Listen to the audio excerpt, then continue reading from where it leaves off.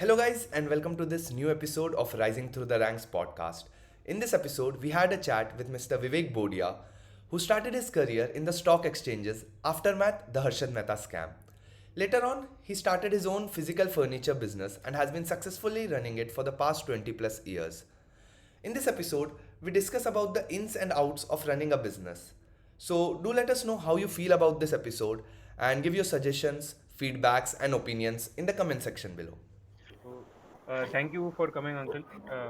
फिर हम लोग हाँ तो सबसे पहले हम आपका जर्नी इन ब्रीफ जानना चाहते थे कि थोड़ा सा आप 5-10 मिनट लेके आपका पूरा जर्नी बता दीजिए। उसके बाद हम लोग डीप में तो ठीक है सब क्वेश्चन आपसे पूछ लेंगे। ठीक है तो मीन्स पढ़ाई के बारे में।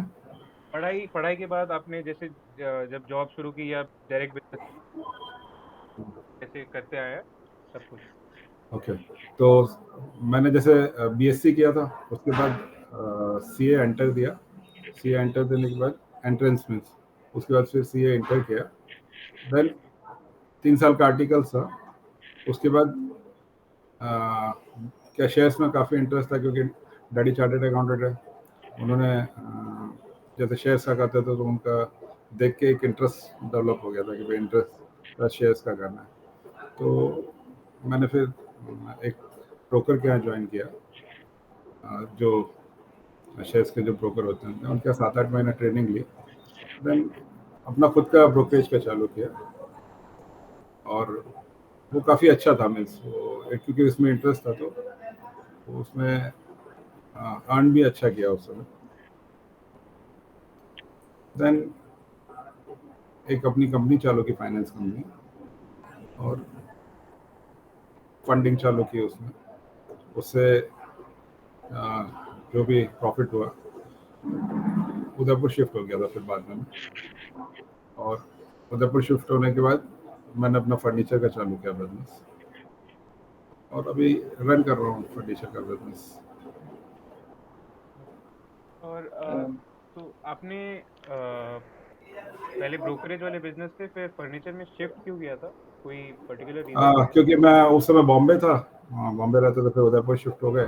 तो ये था कि कुछ ना कुछ ऐसा बिजनेस करना है जहाँ शेयर्स बिजनेस को ऐसा नहीं मानते कि ये शेयर ब्रोकरेज का जो बिजनेस है वो कोई बिजनेस है ऐसा। तो एक स्टेबल बिजनेस जैसे फिजिकल बिजनेस कुछ हो फंड, जो हाँ, फिजिकल बिजनेस हो, जिससे कि उस टाइम भी ये होता था। उस टाइम हमारे टाइम पे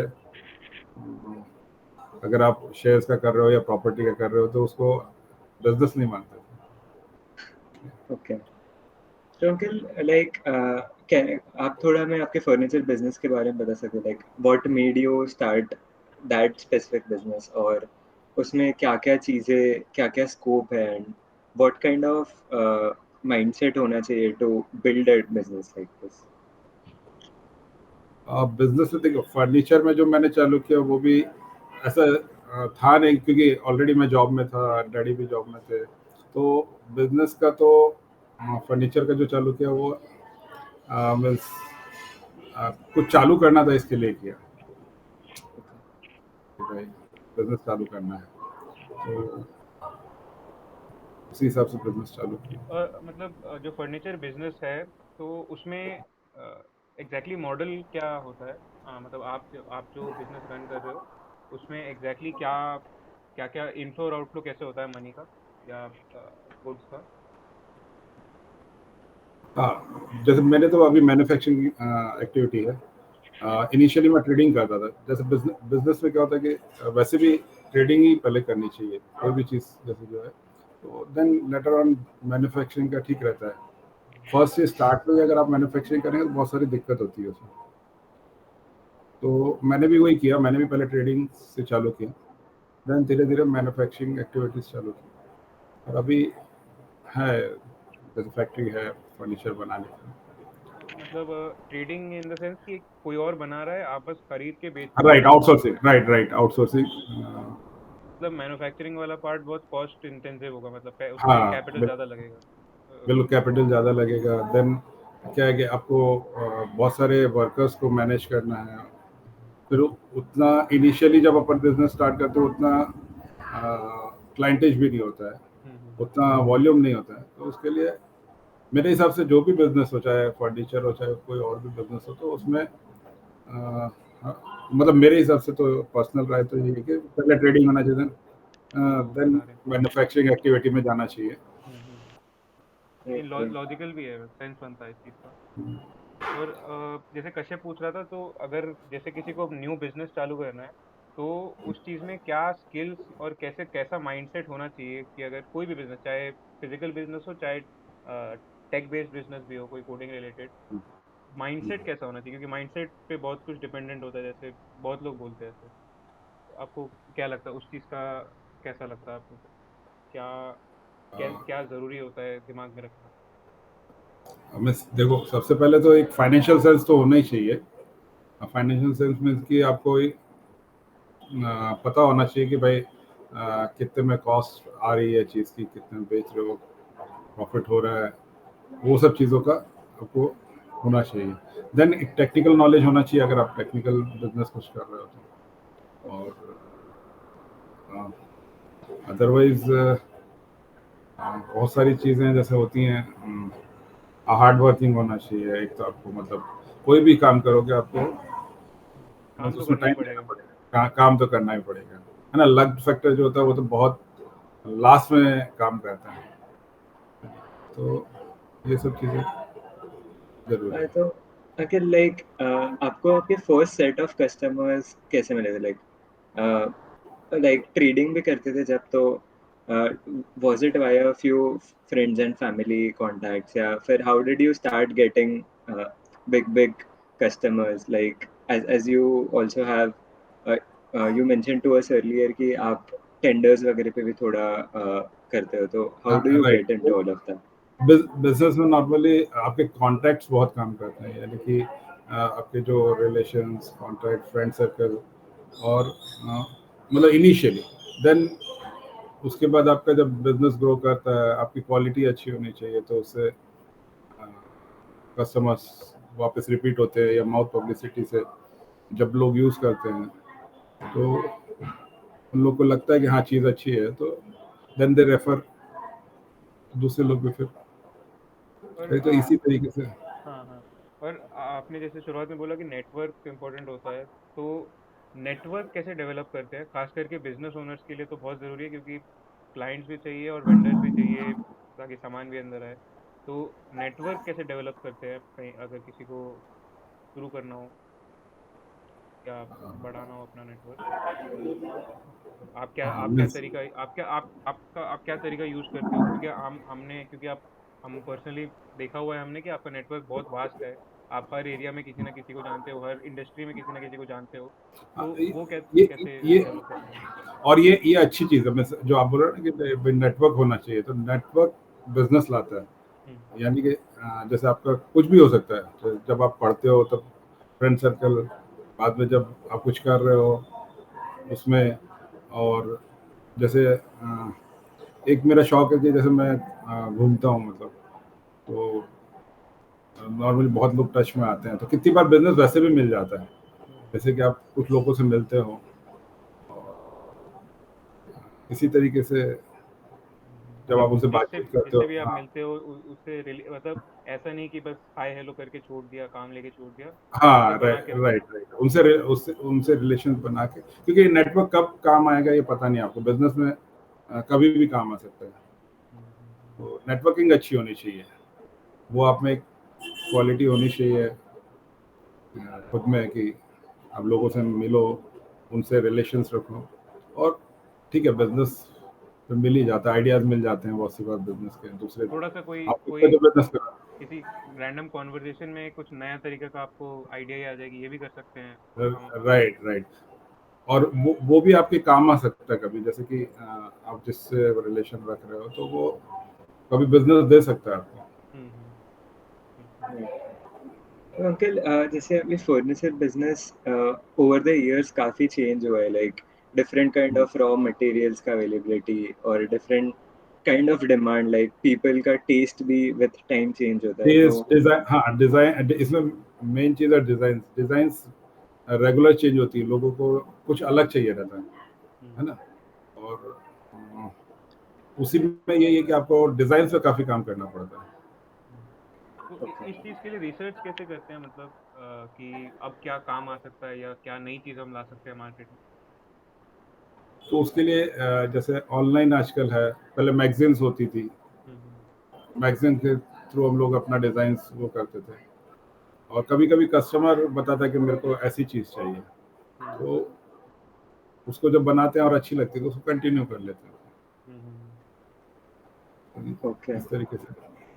और Uh, इंटीरियर में आजकल बहुत काम हो रहा है, मीन्स लोगों को क्या है कि जैसे उनको सबको डिफरेंट चाहिए घर में, और क्योंकि घर में अधिकतर रहते हैं, मीन्स जैसे वाइफ है, बच्चे हैं, तो 24 आवर्स उन लोग घर में रहते हैं, अपन भी घर में जाते हैं तो 12 घंटा घर में रहते हैं, तो घर एक ऐसी चीज होती है, हमें फर्नीचर और ये सब अच्छा होना चाहिए।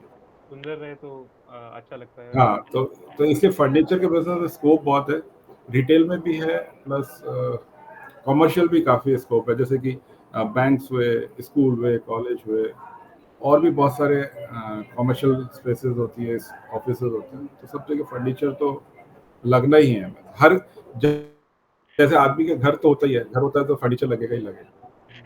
oh, इसलिए फर्नीचर बिजनेस में स्कोप है, मार्जिन अच्छे हैं, बट इसमें दो तीन चीज़ें हैं, जैसे कि एक जगह बहुत चाहिए रहती है, यानी कि स्पेस जो है आपको काम करने के लिए भी, डिस्प्ले के लिए भी। हाँ, तो उसके लिए जगह बहुत चाहिए रहती है, तो वो एक, आप अगर रेंट पे लोगे तो रेंट में फिर खर्चे बढ़ जाएंगे, तो right. खुद का होएगा अगर जगह तो अच्छा है। हम्म, तो uncle how do you get, जैसे यू मेंशन कि कमर्शियल में भी ऐसे काफ़ी सारे क्लाइंटल्स हो सकते हैं, स्कूल्स हो गया, फिर कॉलेजेस हो गए, ऑफिसेस हो गए, तो right. Like one one way इसके आपका मतलब one way you get customers through word of mouth के किसी ने बोल दिया, बट हाँ, ये उसके रिटेल अलावा भी। कस्टमर्स हुआ, ये रिटेल कस्टमर्स हुआ, बट जैसे राइट। मैं जो बात कर रहा हूँ कमर्शियल का, यानी कि स्कूल, कॉलेज, बैंक, ये सब तो टेंडर्स के थ्रू, या आपके अगर पर्सनल कॉन्टैक्ट हैं, then उसमें बिजनेस मिल सकता है, बट इसमें ओके। स्कोप अच्छा है। हम्म। ओके, एंड इसके अलावा भी आप किस तरह से आपके बिजनेस का मार्केटिंग करते हो, like do you have any specific strategy, या you give out ads in newspaper और समथिंग लाइक दैट, लाइक हाँ, वो कैसे? देखो, वो तो न्यूज़पेपर में देना पड़ता है, देन ऑनलाइन आजकल हो गया है, तो मैसेजेस हैं, देन फेसबुक पे है, जितने भी अपन सोशल मीडिया हैं उन पे है, तो बल्क मैसेजेस हैं, आजकल बहुत सारे लोग ये काम करते हैं आपके सेल्स प्रमोशन में, तो एजेंसीज है उनको हायर कर लेते हैं। ओके। और तो इसमें जैसे आपका फिजिकल बिजनेस है तो आपका रॉ मटेरियल और लेबर से डायरेक्ट कांटेक्ट होता है, तो ये सब चीज़ें हैंडल कर कैसे आप कैसे करते हो, मतलब प्रोक्योर करने से लेकर फिर मैनेज करने को भी, कि दिक्कत ना हो पूरे प्रोसेस में, कि शुरू से लेकर एंड तक काम खत्म हो, काम टाइम पर हो, ये सब चीज़ें मैनेज कैसे करते हो राइट, आप? तो इनिशियली तो मैं खुद ही करता था ये, देन फिर अभी आदमी रखे हुए हैं, उन लोग कर लेते हैं, और जो भी दिक्कतें आती है वो शुरू में ही आती है, जैसे बाद में तो सेट हो जाता है। बिजनेस में क्या है कि आपको रॉ मटेरियल कहीं से खरीद रहे हो तो वो आपकी जगह फिक्स हो जाती है, जहाँ से भी आना है, या जो भी चीज़ें बिजनेस सेटअप में इनिशियली जो चीज़ें होती है वो डिफिकल्टीज, मतलब जो होती हैं वो शुरू में ही होती है, बाद में तो फिर सब चीज़ें सेट हो जाती है। अभी आदमी हैं उन लोग, जो सप्लायर्स हैं वो कांटेक्ट में हैं, उनसे ले लेते हैं, फिर स्टोरेज है हमारा पूरा एक उधर, हम लोग 6 महीने का पूरा रॉ मटेरियल हम लोग स्टोर करके रखते हैं, तो वो प्रोक्योरमेंट हो गया, देन बना के रखने के लिए फिनिश गुड्स को भी काफ़ी जगह चाहिए रहती है, तो फर्नीचर में एक सबसे बड़ी चीज़ है कि आपको जगह बहुत चाहिए। हाँ हाँ, राइट। फिजिकल रखने के लिए वो बड़े, और सामान भी बड़ा होता है, सोफा हाँ, सेट, डिनर हाँ, डिस्प्ले टेबल पूरा। डिस्प्ले के लिए, चाहे रॉ मटेरियल के लिए, बनाने के लिए, चाहे फिनिश गुड्स के लिए, सबके लिए आपको जगह चाहिए, और वॉल, मतलब इसका साइज बड़ा होता है, कोई भी चीज़, जैसे ज्वेलरी का शॉप है तो ज्वेलरी का शॉप में तो आप बहुत छोटा छोटा छोटे छोटी एरिया जगह होता में है, बहुत मतलब बहुत, बहुत कम हाँ, छोटा सा और उसमें एरिया आप होता है। कितने भी अमाउंट का मटेरियल रख सकते हैं, बट हमारे इसमें फर्नीचर में जगह बहुत चाहिए। हाँ, प्रेजेंट राइट। प्रेजेंट भी करके रखना होता है सबको सुंदर से। हम्म। और इसमें बिजनेस में जैसे मैंने जो देखा उसमें ये है कि जैसे आप शुरू में कोई बिजनेस कर रहे हो, चाहे कोई भी बिजनेस हो, देन जैसे जैसे आप टाइम निकलता है आप उसमें ना हाई एंड पे चले जाओ, यानी कि जैसे आप पहले बिजनेस कर रहे थे लोअर कैटेगरी के लिए, फिर मीडियम, फिर हाई, जितना आप हायर एंड पे जाओगे ना उतना मार्जिन ज्यादा अच्छा मिलता है, यानी आपका कस्टमर जब पे करने वाला रहेगा जैसे लग्जरी सेगमेंट में सबसे ज्यादा मार्जिन मिलता हाँ, है। राइट राइट, कोई भी बिजनेस करना हो तो लग्जरी सेगमेंट में ही मेरे हिसाब से करना चाहिए, उसमें आपको मार्जिन सजना है, मार्जिन थोड़ा बहुत जो रिसर्च या पढ़ा था इसमें, तो सब ये बोल रहे थे क्योंकि लग्जरी में कोई ऐसे वो नहीं होता, क्या बोलते, नेगोशिएशन नहीं करता कोई लग्जरी सेगमेंट में। नेगोशिएशन नहीं होता, उसको पसंद आना चाहिए, आपका आइटम यूनिक होना चाहिए। तो उस टाइप की कोई फील्ड हो ना बिजनेस में जिसमें कि आप मतलब मोनोपोली आइटम या लग्जरी, फिर हाँ हाँ, यूनिक आइटम, यूनिक आइटम बिल्कुल। देन तो उसमें अंकल, हाउ मार्जिन। हाउ हमने कैसे step by step how can we shift कि पहले हम लोअर कैटेगरी को करते हैं, फिर मिडिल, फिर हायर, लाइक इसमें और क्या क्या डिफिकल्टीज भी आ सकती है वाइल स्केलिंग आवर ऑपरेशंस भी, तो थोड़ा आप इस बारे में बताओ। जैसे देखो, इनिशियली तो दिक्कत तो आएगी बिजनेस में, ठीक है ना। हाँ मतलब कोई भी बिजनेस करेंगे, जो दिक्कत आनी शुरू हुई है, मैंने पहले भी बोला कि भाई जैसे जैसे आप टाइम निकलता जाएगा, आप मैच्योर होते जाओगे, आप चीज़ों को समझने लग जाओगे, देन और तब तक बिजनेस सेट भी हो जाता है। एक बार सेट हो जाता है तो फिर आप हाई एंड पे भी जा सकते हो। High and in the sense उस समय आपके पास पैसा भी आ जाता है, तो आप उसको लगा के और चीज़ों को और मतलब अच्छी बना सकते हो और प्रेजेंट कर सकते हो। तो जैसे जैसे टाइम निकलता जाता है, फिजिकल बिजनेस में तो यही है। आजकल के ज़माने में जैसे टेक्निकल बिजनेस है, टेक्निकल बिजनेस में बहुत फास्ट चेंज आ जाता है, जैसे 1-2 साल में चेंज आ जाता है, ठीक है ना। और लॉन्ग टर्म में फिर आपकी एक ब्रांड भी बन जाती है, अगर आप अच्छे क्वालिटी पे अगर ध्यान दे रहे हैं प्रोडक्ट की, तो गुडविल बन जाती है, गुडविल बन जाती है तो फिर सेल्स ऑटोमेटिक इम्प्रूव हो जाती है। और जैसे आपने बताया कि लोअर सेगमेंट से फिर मिड, फिर बेटर, मतलब जितने लग्जरी में जाते रहे तो कैपिटल ज़्यादा लगते जाता होगा ना, क्योंकि कैपिटल लग्जरी ज़्यादा लगेगा तब तक आप अर्न भी करने लग जाते हो, आपके कॉन्टैक्ट बढ़ जाते हैं, तो आप बैंक से ले सकते हो कुछ आप। हर चीज़ में आपको थोड़ा थोड़ा लेवल अप करना पड़ेगा ताकि उस लेवल तक पहुंचे। Right right. और और अगर आपको पेरेंटल बिजनेस है तो आप उसको कंटिन्यू करके उसको और अच्छा बढ़ा सकते हो। अगर आपका ऑलरेडी पेरेंट्स कुछ बिजनेस कर रहे हैं, उसको अगर आप कंटिन्यू कर रहे हो, देन उसमें उतनी दिक्कत नहीं होती। जब अपन जीरो से स्टार्ट करते हैं तो सबसे ज़्यादा दिक्कत उसी में आती है कि जब आप जीरो से स्टार्ट कर रहे हो। समय कोई, क्योंकि बिजनेस अगर फेल हुआ तो फिर से नया चीज़ शुरू करना पड़ेगा, ऐसा हाँ, भी। वो एक और, हाँ, वो एक और बात है कि जब आप चलो बिजनेस सक्सेस हो गया तब तक तो कोई बात नहीं, लेकिन अगर सक्सेसफुल नहीं हुआ और आपको लॉस लग गया, देन बहुत दिक्कत आती है। फिर मीन्स आपको लॉस भी कवर करना है, देन वापस एबीसीडी से स्टार्ट करना है। और अंकल, फिर आपको अभी जैसे फर्नीचर मार्केट हो या मतलब फिजिकल बिजनेस और भी आपने जो आसपास में होंगे आपके, आपने देखे ही होंगे, जी। तो उसमें आपको कोई ऐसे अपॉर्चुनिटीज दिखते हैं जिसमें कोई स्टार्टअप आके कुछ अच्छा, कुछ आपका वर्क फ्लो कुछ अगर बेटर कर पाए या कुछ भी प्रोसेस में कुछ हेल्प हो पाए, आपको कुछ ऐसा अपॉर्चुनिटी लगता है कि कुछ ऐसा चीज़ हो जो आपको अभी बहुत ही एक ऐसा प्रोसेस लग रहा हो कि ये काम फालतू का हमारे, मतलब मेरे सर पे है, ये अगर कुछ मेरे पास कोई और होता करने के लिए तो मैं थोड़ा सा फीस दे के उससे करवा लेता, या अभी बिल्कुल ही स्ट्रीमलाइंड है आपका बिल्कुल बिजनेस ये। नहीं, स्ट्रीम लाइन तो है, बट ऐसा जैसे एक ट्रांसपोर्टेशन का हमारा इशू रहता है, ओके। देन वर्कर्स से डील करने के लिए, अगर जैसे मान लो अभी जो मतलब मेरे मैनेजर वगैरह हैं, उन लोग डील करते हैं उनसे, उसकी जगह कोई मतलब दूसरा आदमी कर ले उनको मैनेज, क्योंकि लेबर को, सबसे बड़ी चीज़ लेबर को हैंडल करना, वो एक बहुत बड़ा इशू है। और फिर ट्रांसपोर्टेशन तो है ही है, हाँ हाँ। अंकल उसमें हाउ, अगर हाँ हाँ बोलिए। वैसे उसमें यह है कि अगर कोई दूसरा आदमी करेगा तो वो चीज़। मतलब आपके सर से हेडेक हटेगा, चाहे थोड़ा सा पे करना पड़े हाँ, इस चीज़ के लिए, लेकिन वही राइट स्ट्रेस कम राइट रहेगा। राइट। सही। हम्म। अंकल, तो अभी जैसे लाइक ई कॉमर्स वगैरह का भी काफ़ी ज़्यादा हो गया है, तो आपको पर्सनली क्या लगता है कि has it like affected your sales in certain way कि online sales are getting higher, retail में लोग कम आ रहे हैं, तो ऐसे what is your view on this? नहीं, हम लोग के बिजनेस में अभी तक ऑनलाइन का इतना ज़्यादा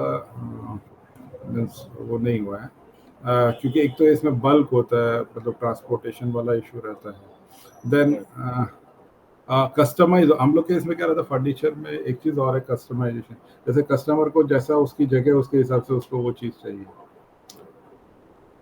तो उसमें फिर दिक्कत आती है, उसको ऑर्डर दे के ही बनवाना पड़ता है।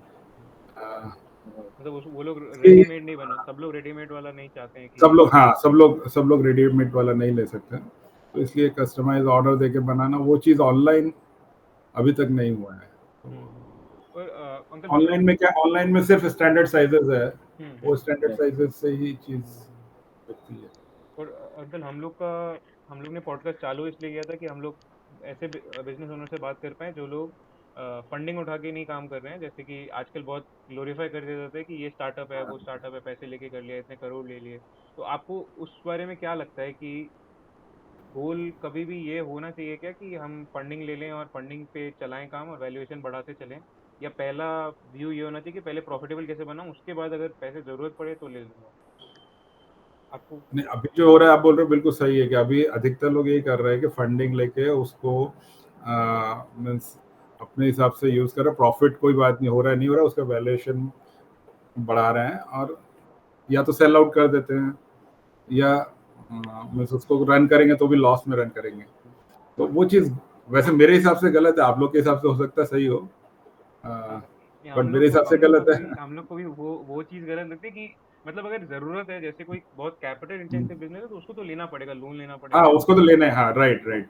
उसमें ठीक है। लेकिन अगर जैसे कोई टेक बेस्ड प्लेटफॉर्म है, बस इस चीज के लिए कि जल्दी जल्दी जल्दी ग्रो कर दूं, इसके लिए पैसे लेना थोड़ा वो हाँ, होता है वो कि गलत मतलब है, वो गलत गलत है। फिर आपका गोल ही गलत है, इंस्टेड ऑफ कि हेल्पिंग हाँ, पीपल या कुछ बेटर बनाऊं मैं प्लेटफॉर्म।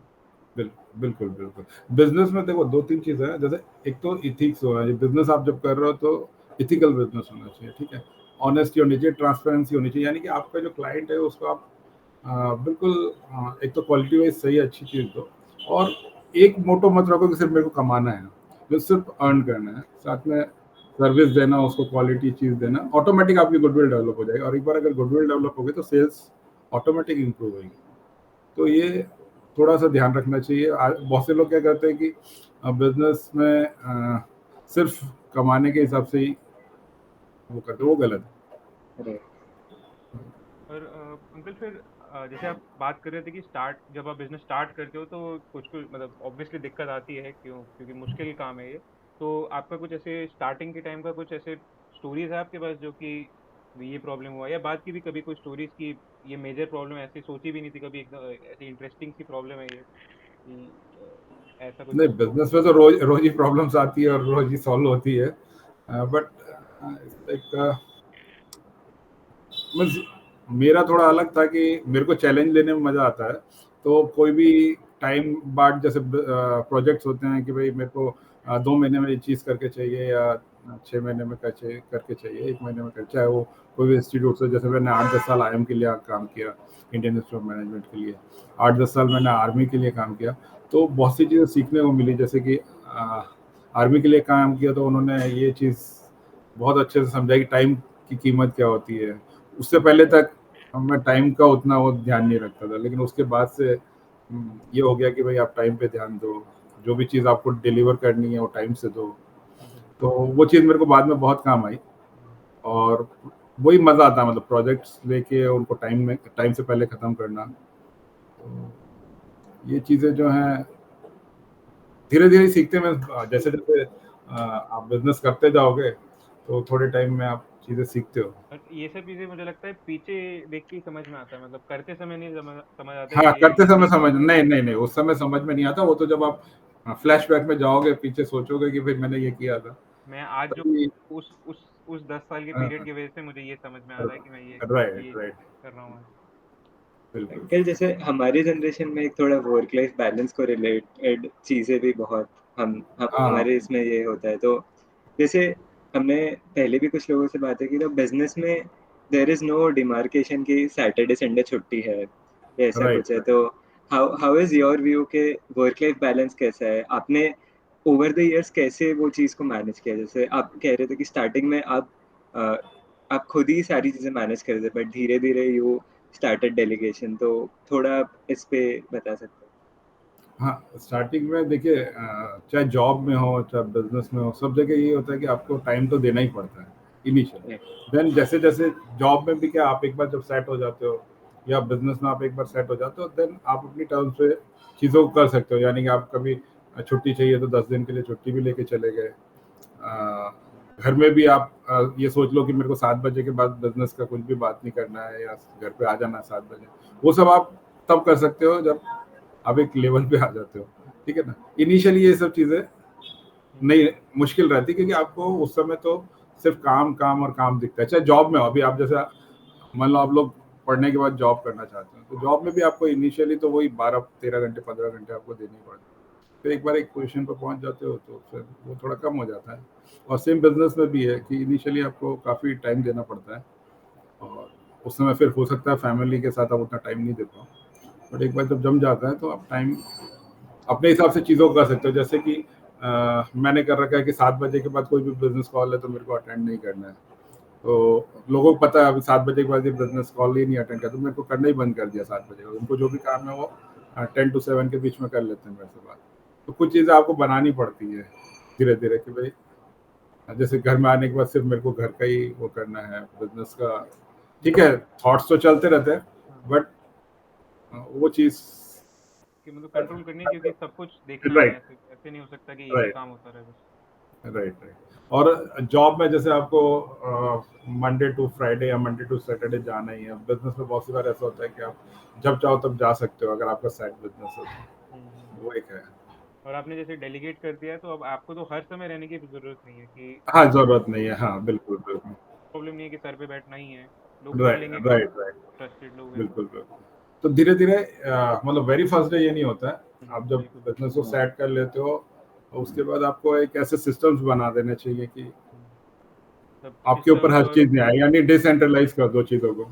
सिस्टम और टीम एकदम ट्रस्टेड हो कि आप राइट कुछ दिन राइट नहीं रहे तो भी काम परफेक्टली हो जाएगा। राइट। और एम्प्लॉयज को आप ना हमेशा एक फैमिली की तरह मानोगे तो बिजनेस में बहुत फायदा होगा। यानी कि उसकी जो प्रॉब्लम है आप समझो, उसकी प्रॉब्लम को सॉल्व करो, क्योंकि एम्प्लॉयज आपका एक एसेट है। उस उसको आप अच्छे से रखोगे या उसकी डिमांड पूरी करोगे, उसकी सैलरी ठीक रखोगे, तो सब कुछ सही है। मीन्स आपका बिजनेस वैसे ही वो लोग ग्रो कर देंगे, क्योंकि अब आपकी टेंशन कम कर कस्टमर देंगे। से भी आधे टाइम इंटरेक्ट वही लोग कर रहे होंगे, तो अगर वही लोग करते हैं, बिल्कुल बिल्कुल। आपके एम्प्लॉयज अच्छे होने चाहिए, आप एम्प्लॉयज के साथ अच्छे होने चाहिए, और मतलब एम्प्लॉय को आप अपना एक तरह से फैमिली मानोगे तो बहुत अच्छा रहेगा। तो बिजनेस में आपको वैसे थोड़ा इजीली हो। आजकल एम्प्लॉय ऐसे कम मिलते हैं, बट मेरे पास काफी है। मेरे पास लास्ट जब मैंने चालू किया था बिजनेस, वेरी फर्स्ट डे से अभी तक मेरे पास सब एम्प्लॉयज मेरे पास अभी कंटिन्यू कर रहे हैं। तो ये आई थिंक बहुत बड़ा पॉजिटिव फैक्टर है सक्सेस में आपके हाँ, बिजनेस के। बहुत बिल्कुल बिल्कुल। मैं मानता हूँ कि एम्प्लॉयज जो हैं वो आपके बिजनेस को आगे बढ़ाते हैं, निखिल, जैसे क्योंकि उन्हीं लोग अभी का वही लोग संभालते हैं। देखिए अगर लेबर है मेनली, अगर कुछ काम कर रही है, बना रही, मैन्युफैक्चरिंग कर रही है, तो उन्हीं के ऊपर डिपेंड करेगा। अगर वो लोग ठीक से काम करेंगे या वो लोग खुश रहेंगे काम करेंगे तो आपका बिजनेस बढ़ेगा। देन उनसे ऊपर के मैनेजर्स या जो भी हैं, उन लोग अगर काम कर रहे हैं तो उनको भी आपको खुश रखना पड़ेगा। तो तभी आप तो सिर्फ मैनेज कर रहे हो चीज़ों को, जैसे कि फाइनेंस मैनेज कर रहे हो, आप एम्प्लॉयज़ को मैनेज कर रहे हो। जो चीज़ें आपको सिर्फ मैनेज करना है, फिर उसके बाद बिजनेस। अंकल, जैसे अभी लाइक आपने कहा कि करेंटली ऐसे एम्प्लॉयज मिलना मुश्किल है, तो जब भी आपने बिजनेस स्टार्ट किया था तो वो टाइम पे आपके माइंड में क्या फैक्टर्स थे कि आपको अगर किसी को हायर करना है, एम्प्लॉय करना है, तो आप उनमें क्या देखते थे, and how should we build our team जिसपे हमको ऐसे ट्रस्ट कर पाए? तो मतलब हाउ डज ऐसा है, दैट माइंडसेट स्टार्ट? देखो मैंने जब बिजनेस स्टार्ट किया तब तो इतना मैच्योर भी नहीं था और ये सब चीज़ें दिमाग में नहीं थी। तभी तो सिर्फ ये था कि बिजनेस करना है। एम्प्लॉयज़ में उस समय तो ये नहीं था कैसे होने चाहिए, बट ये एक चीज़ थी कि ऑनेस्ट होना चाहिए और हार्ड वर्किंग होना चाहिए। मतलब ऑनेस्ट, सबसे पहले ऑनेस्टी जो है, यानी कि अगर आप जो आपका एम्प्लॉय है वो ऑनेस्ट है और हार्ड वर्किंग है, तो और स्किल्स तो होनी चाहिए उसमें। मतलब जिस पर्टिकुलर चीज़ का, जैसे फर्नीचर है तो कारपेंटर में वो स्किल होनी चाहिए, पेंटर में उसकी खुद की वो एबिलिटी होनी चाहिए। बट मेरे हिसाब से एम्प्लॉय अगर ऑनेस्ट है, बिजनेस में आपको फायदा मिलेगा। और अंकल जैसे बिजनेस तो आप कर ही रहे हैं, लेकिन जैसे आपने बताया था कि आप स्टॉक मार्केट में डायरेक्टली ब्रोकरेज के थ्रू डायरेक्टली काम कर रहे थे, तो राइट। एज एन मतलब एज एन इनसाइडर ओनली, कि मतलब जैसे उस समय जैसे आप 20 इयर्स पुरानी बात कर रहे हो या 30 इयर्स पुरानी बात कर रहे हो, तो उस समय तो आप 30 one of the 30 few years back, 30 one of years the few Insiders हो गए आप, कि जिनको एक्चुअली में पता है कि कंपनीज क्या कर रही हैं। और जैसे हमने हर्षद मेहता वाली सीरीज में हमने तो सिर्फ देखा हुआ है सीरीज में, आपने तो वो वाला एटमोसफियर पूरा लाइव ही देखा होगा। तो आप जी। जानते हो कि जब जो कंपनीज एक्चुअली में अच्छा करती हैं उनके मैनेजमेंट कैसे काम करती है, या लोग कैसे रहते हैं। तो उस यूनिक पॉइंट ऑफ व्यू को रखते हुए आप अब इन्वेस्टमेंट्स कैसे करते हो, जैसे ये स्टॉक मार्केट इन्वेस्टमेंट या कोई भी और भी, रियल एस्टेट हो गया या कुछ भी, कोई न्यू बिजनेस भी आपको चालू करना हुआ, तो ये सब बिजनेसेस आप कैसे देखते हो कोई न्यू अपॉर्चुनिटीज के लिए? कुछ भी, कोई भी, कुछ भी, कोई भी अपॉर्चुनिटी, स्टॉक मार्केट, कुछ रियल एस्टेट, कोई भी अलग तरीके का इन्वेस्टमेंट भी हुआ, और वो सब आप कैसे भागते हो? जैसे शेयर्स में तो ऐसा है कि शेयर्स मतलब आप जैसे अगर कुछ भी खरीदते हो तो आप उस कंपनी के एक तरह से पार्टनर हो गए, यानी कि आपने रिलायंस का अगर एक शेयर भी खरीदा तो आप रिलायंस के पार्टनर हो, राइट। भले ठीक है फ्रैक्शन ऑफ उसमें हो, बिल्कुल। बट पार्टनर हो। तो सेम चीज आपको ये देखनी है, शेयर्स में इन्वेस्ट करना है तो मैनेजमेंट कैसा है, ठीक है, उसका बिजनेस फ्यूचर कैसा है, उसका अभी लास्ट 5 ईयर से कैसा चल रहा है बिजनेस, ये सब चीज़ों को देखते हो आप इन्वेस्ट करो। तो सेम चीज़ बिजनेस में भी है। बिजनेस में भी जब आप इन्वेस्ट करते हो आप देखते हो कि भाई मेरे को जहाँ पैसा लगाना है वहाँ फ्यूचर कैसा है उसका बिजनेस का। तो शेयर्स बहुत अच्छी चीज़ है, मतलब शेयर्स में इन्वेस्टमेंट जो है बहुत अच्छी चीज़ है कि आप बस ये देख के करो कि कंपनी कैसी है, मैनेजमेंट कैसा है, ये सब चीज़ों को देखते हो। तो आज भी मैं वही करता हूँ, आज भी अच्छी कंपनी सेलेक्ट करके उसमें इन्वेस्ट करता हूँ। और प्रॉपर्टी सेकंड है, प्रॉपर्टी मेरे को जो चीज़ समझ में आई इतने सालों में कि जैसे आप कोई बिजनेस भी कर रहे हो उसके लिए आपने कुछ प्रॉपर्टी खरीदी इनिशियली, जैसे कि फर्नीचर बिजनेस में मेरे को जगह ज़्यादा चाहिए, तो बिजनेस चाहे चले ना चले, मतलब 10 साल बाद 20 साल बाद जब वो प्रॉपर्टी की जो वैल्यू होती है वो वैल्यू, जैसे आपने 1 लाख रुपए में कोई जमीन खरीदी तो पता लगा कि 10 साल बाद वो 2 करोड़ की हो गई, तो आपने बिजनेस में कम कमाया बट आपका जो इनिशियल इन्वेस्टमेंट था लैंड में वो अच्छा रिटर्न देता है। तो शेयर्स हो गया और प्रॉपर्टी हो गया, मेरे हिसाब से दो अच्छी जगह जहाँ की आप अपना इन्वेस्टमेंट कर सकते हो और अच्छा ग्रो कर। का जो बोला लैंड वाला, एक्चुअली शेयर से भी ज़्यादा इम्पोर्टेंट है, क्योंकि लैंड रेप्लिकेट नहीं हो सकता। शेयर्स तो फिर भी, कि कंपनी को प्रॉब्लम हुई, कंपनी ने और शेयर्स भेज दिए। राइट लैंड राइट, लैंड बिल्कुल कभी बिल्कुल। ऐसा नहीं हो रिस्क सकता कि फैक्टर जो है, हाँ राइट राइट, रिस्क फैक्टर जो है वो शेयर्स में थोड़ा इसलिए ज्यादा रहता है कि कभी कभी अच्छा चलता हो बिजनेस भी मैनेजमेंट की वजह से हो सकता है कि गड़बड़ हो जाए, या फिर और भी कारण से हो सकता है, शेयर्स के प्राइसेस डाउन आ सकते हैं, आपका इन्वेस्टमेंट नेगेटिव भी हो सकता है। बट लैंड में आप सही बोल रहे हो कि लैंड में नेगेटिव कभी नहीं जाता और हमेशा आपका ग्रो ही करेगा। अगर तो एक और फिर लैंड कोई के भी नया, अच्छा, और एक नया कोई भी आपको बिजनेस करना है तो जब आपने एक सेट कर लिया, दो सेट कर लिया, फिर आप जैसे जैसे डाइवर्सिफाई होते जाओगे उससे फायदा ये रहता है कि कभी कोई भी ऐसा रेसेशन आया या फिर कोई भी ऐसी उस पर्टिकुलर बिजनेस में दिक्कत आई तो एटलीस्ट आपके पास 2-3 बिजनेस अगर हैं तो आप मैनेज कर सकते हो अपने फाइनेंशियल उसको। तो और मेरे हिसाब से हमेशा आदमी को एक मेन बिजनेस के साथ 2-3 साइड बिजनेस भी होने चाहिए। और मतलब आजकल आजकल क्योंकि फाइनेंशियल लिटरेसी वाला जो है वो भी इंस्टाग्राम और यूट्यूब के थ्रू बहुत ज़्यादा फैल गया है, कि आप फाइनेंशियली लिटरेट बनो, क्योंकि अगर आप सिर्फ एक इनकम सोर्स पे डिपेंडेंट हो, चाहे एक बिजनेस हो या एक जॉब हो, तो आप मतलब एक फायरिंग दूर हो बैंक्रप्सी से, राइट, मतलब बिल्कुल बेसिकली कि बिल्कुल बिल्कुल। आपके पास पैसे भी नहीं है अगर, और आपके पास कोई और सोर्स भी नहीं है पैसे अंदर लाने का। तो बहुत अच्छी एडवाइस है ये अंकल, आई थिंक। हम्म, और अंकल हम लोग इसके बाद जब हम लोग का क्वेश्चंस खत्म है, हम लोग एक रैपिड फायर लेते हैं। तो हम्म, जस्ट आपको जो भी पहली चीज़ दिमाग में आए इन क्वेश्चंस के बारे में आप आंसर दे दीजिएगा। कश्यप स्टार्ट कर दीजिए। हाँ, तो फर्स्ट हमारा क्वेश्चन ये है कि आपके जॉब या बिजनेस का बेस्ट पार्ट आपको क्या लगता है? जॉब या बिजनेस का बेस्ट पार्ट, हाँ, लाइक मतलब आपको जो भी आपको बेस्ट पार्ट लगता है आपके बिजनेस के बारे में, आपका एवरीडे वर्क के बारे में। तो आप जैसे जो जो आप काम कर रहे हो उसके बारे में कुछ भी एक जो जो सबसे अच्छी चीज़ जो आपको लगती हो, आप अभी जो काम कर रहे हो उस चीज़ को लेके, कि लोगों को हेल्प होती है, या जैसे जो भी आपको मोटिवेट करता है, बेसिकली जो सबसे मोटिवेटिंग फैक्टर है अभी आपको बिजनेस करते रहने में। सब बिजनेस में तो एक ही रहता है मोटिवेटिंग फैक्टर कि पैसा। At the end of the day अपने को प्रॉफिट होना चाहिए। देखो कोई नहीं नहीं नहीं, मैं बताता हूँ उसमें कैसा होता है कि जब आप काम करने का मजा भी तभी आता है जब आप कुछ कमाते हो, मीन्स प्रॉफिट होता है। आप समझ रहे हो, कोई राइट। चीज कर रहे हो, करते जा रहे हो करते जा रहे हो, कुछ मिल ही नहीं रहा है इन रिटर्न। मतलब आपके तो आपके आपने जो टाइम का इन्वेस्ट, पैसे से ज्यादा टाइम का जो इन्वेस्टमेंट किया है उस चीज पे रिटर्न मिल रहा है, उस चीज का एक मोटिवेटिंग फैक्टर बनता है बहुत ज्यादा। बिल्कुल पैसा सबसे बड़ा मेरे हिसाब से होता है कि भाई आपको मोटिवेट करता है। अ, और मतलब एक चीज आप ऐसी क्या है जो चेंज करना चाहोगे आपके बिजनेस के बारे में, जो ऐसी कोई कोई इनकन्वीनियंस हो या कोई प्रॉब्लम हो जो आप चेंज करना चाहते होगे?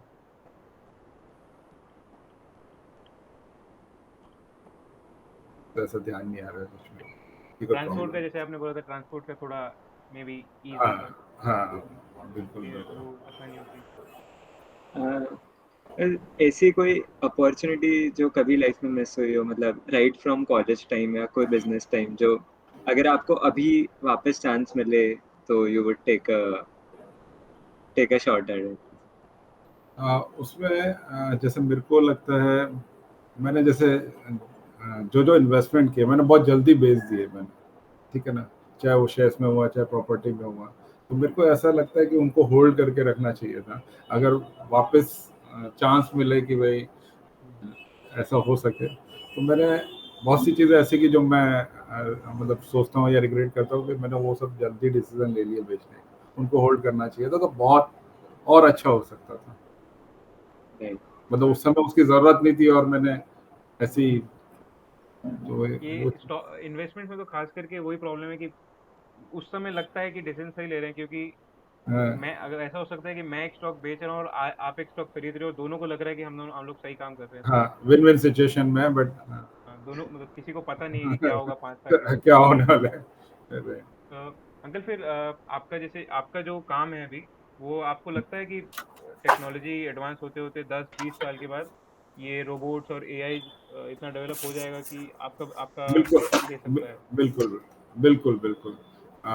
एक्चुअली हम लोग का जो सेक्टर है ये फर्नीचर का, वो अनऑर्गेनाइज सेक्टर है और इसमें लेबर इंटेंसिव है, यानी कि लेबर का ज़्यादा यूज होता है, मशीनरी कम रहती है। बट अब लास्ट 10 ईयर से काफ़ी ऑटोमेटिक मशीनें आने लग गई हैं और लेबर इंटेंसिव कम हो गया है। तो आने वाले टाइम में और और मतलब जो बेसिकली अनस्किल्ड लेबर जो है वो लोग का कंपोनेंट और कम हो सकता है, तो मतलब लेकिन अगर और इसी में इसी चीज़ का एक और, कि अगर मैनेजमेंट लेवल पे जो लोग हैं उन लोगों का काम जो क्रिएटिव बेसिकली काम होगा, कि मार्केटिंग या और कुछ, वो काम भी आपको लगता है कि एआई या कोई और टेक्नोलॉजी बिल्कुल हो तो ले सकती होगी? बिल्कुल बिल्कुल ले सकते हो बिल्कुल, और चेंज तो आना ही चाहिए, मतलब आ भी रहा है और आना ही चाहिए क्योंकि और जैसे आएगा। फर्नीचर में एक स्पेशल कारीगर जो हम बोलते हैं कि कुछ स्पेसिफिक चीजें सिर्फ वो लोग ही करते हैं, तो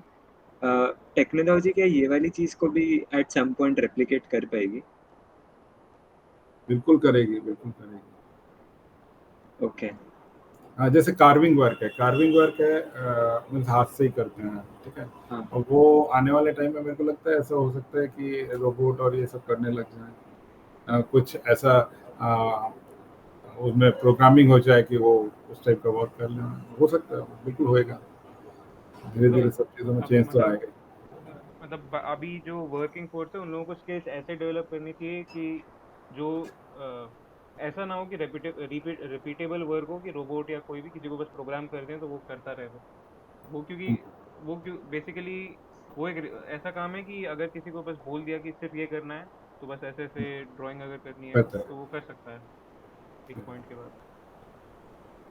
और अंकल फिर एक लास्ट का हमारा रैपिड फायर ये था कि अगर आप अभी फर्नीचर बिजनेस नहीं हैंडल कर रहे होते तो ऑल्टरनेट करियर क्या होता आपका?